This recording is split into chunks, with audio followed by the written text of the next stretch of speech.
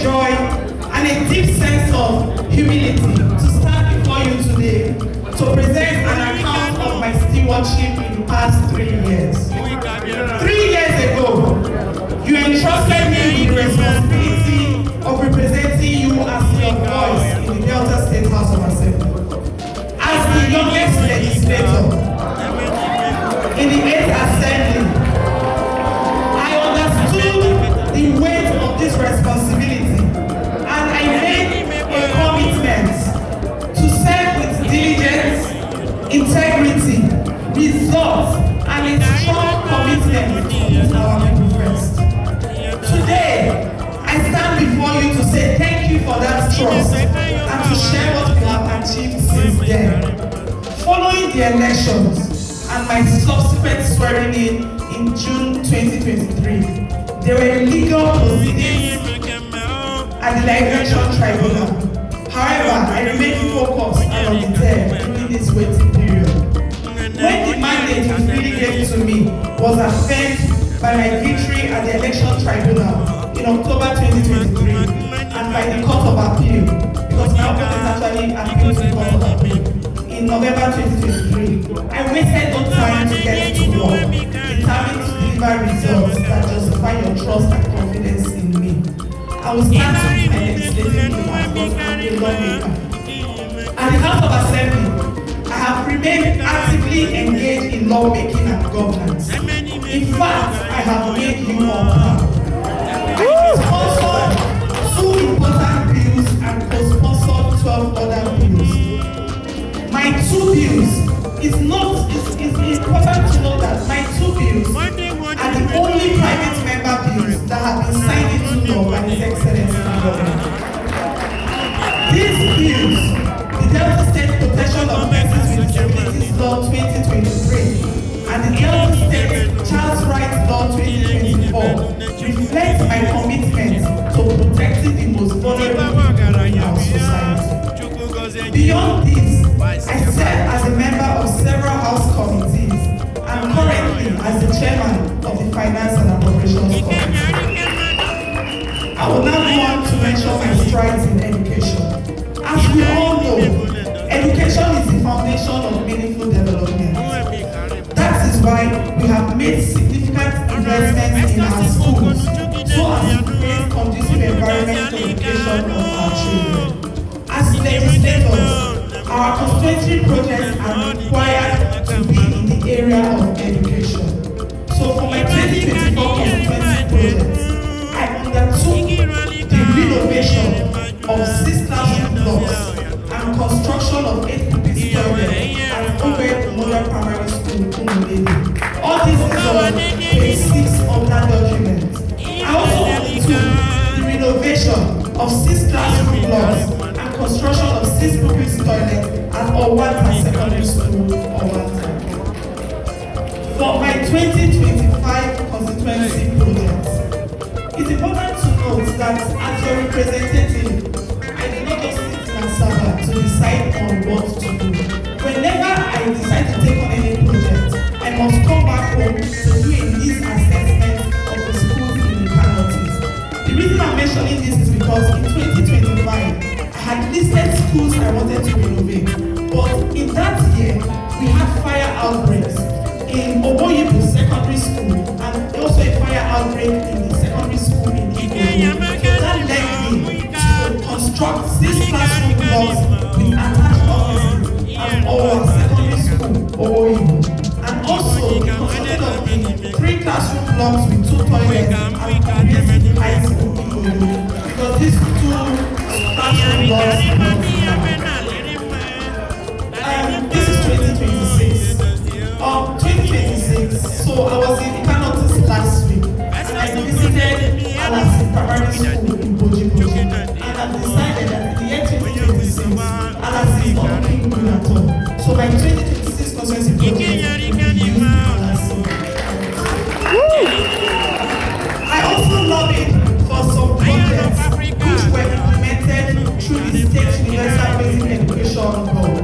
This includes renovation of a block of classroom in Ose Primary School, renovation of 2 classrooms in Etiti Primary School, renovation renovation of 3 classrooms in Eke Primary School in Weke, construction of a unit of solar-powered borehole in Agzaba Primary School, Otologo, renovation of a block of 2 classrooms in Owekode Primary School again in Umune, and construction of a block of 3 new classroom blocks at Ibi Primary School in Idumesa. Furthermore, I supported a good learning environment and facilities for our children because it's not enough to build classroom blocks. It's also important to supply chairs where our children can sit.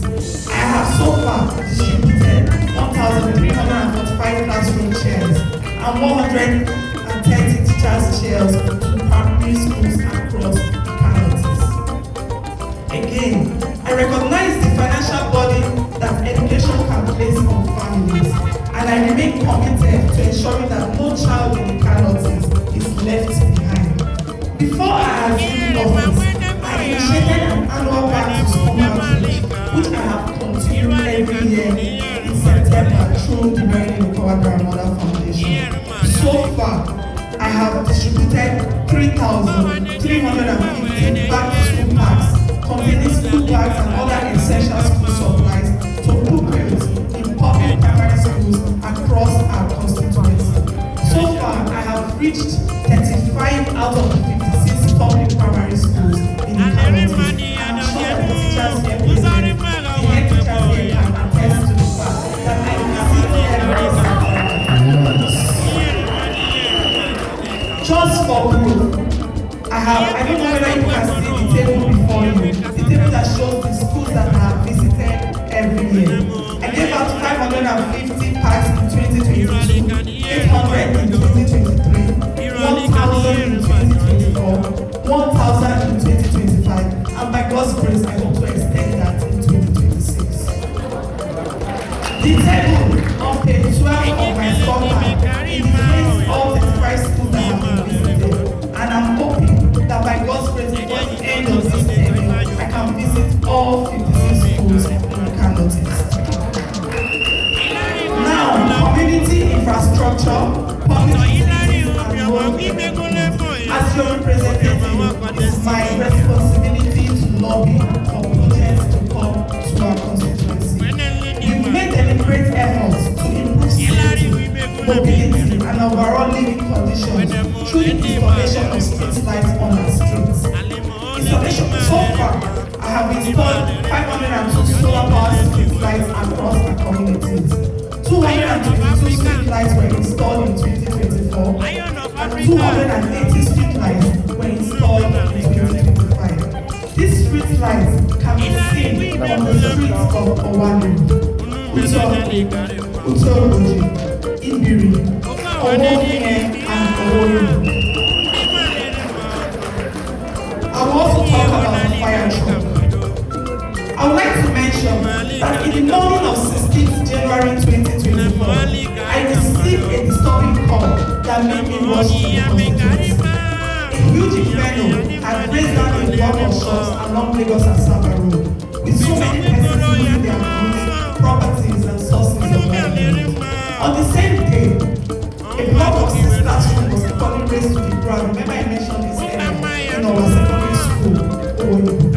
I immediately thought of a solution which would strengthen emergency response in our constituency. A few days later, if some people can remember, a brand new fire truck was provided for our fire service station by the state government to help strengthen our response to emergency. This fire truck is seen on my scorecard.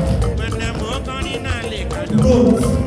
Also, to improve road infrastructure, ease of mobility and safety, I lobbied for the construction of the following 3 roads. The construction of NDDC Road, which has been completed. The construction of Daramola Street, which has some challenges. That street is awaiting review by the speciality because of difference in prices. Then also the construction of Owan Kalosidi Road with a spot to power line, which is currently ongoing and also should be completed soon.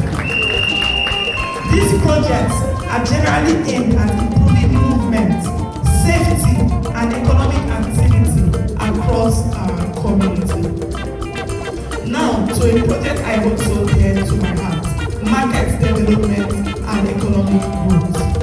One of the promises I made to you during the campaign was simple but important: that I would create unified and affordable markets for our traders to trade. Today, I am glad to say that I delivered on that promise. If you look at page 15 of my scorecard, the Boji of our Miss Modern Market is a project that is very dear to my heart. What you see there today was once a dump site, but through the support of the state government, we have transformed it into a vibrant commercial hall. That project is a symbol of what is possible when leadership listens and acts. This modern market now provides 120 open shops, 12 slaughterhouses, a warehouse, a property unit, and modern sanitation facilities. I also love it for the renovation of the garage market, which now has 112 lock-up shops, giving more of our people the opportunity to do business. It's also important to note that when those shops were renovated, I was there in person and we insisted that the shops must return to the original owners of the shop.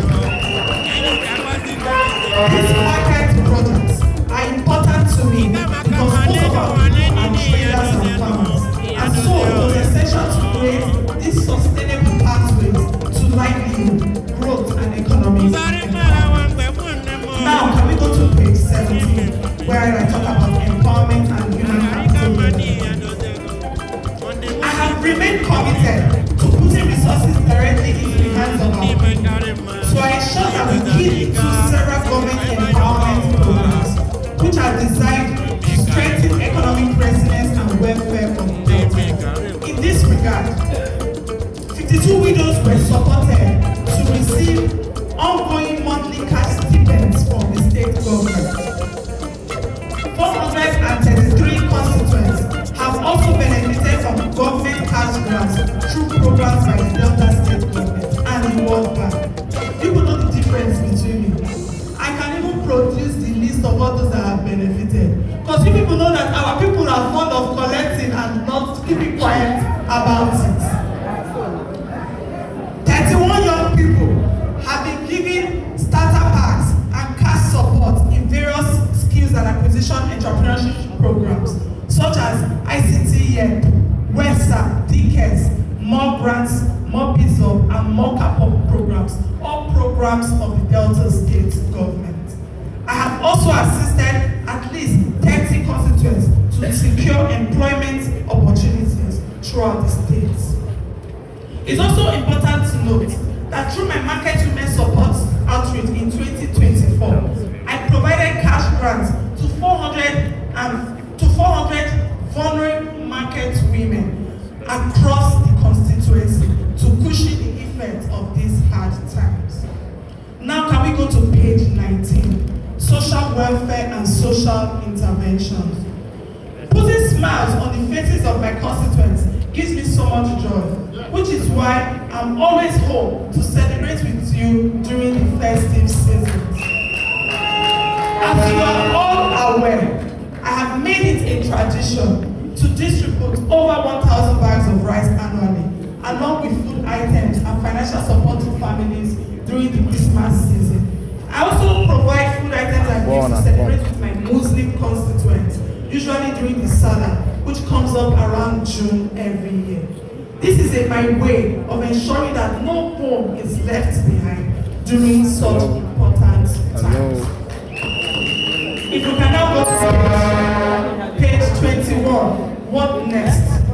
My dear constituents, I am not done. In this final year and beyond, my focus is to build on what I have started and to do even more. My priorities will include more legislation on key areas affecting the lives of our people, more renovations of schools in 2026, back to school projects to cover the 21 public primary schools not yet visited, provision of more furniture for conducive learning of our children, lobbying for more roads and key infrastructural interventions.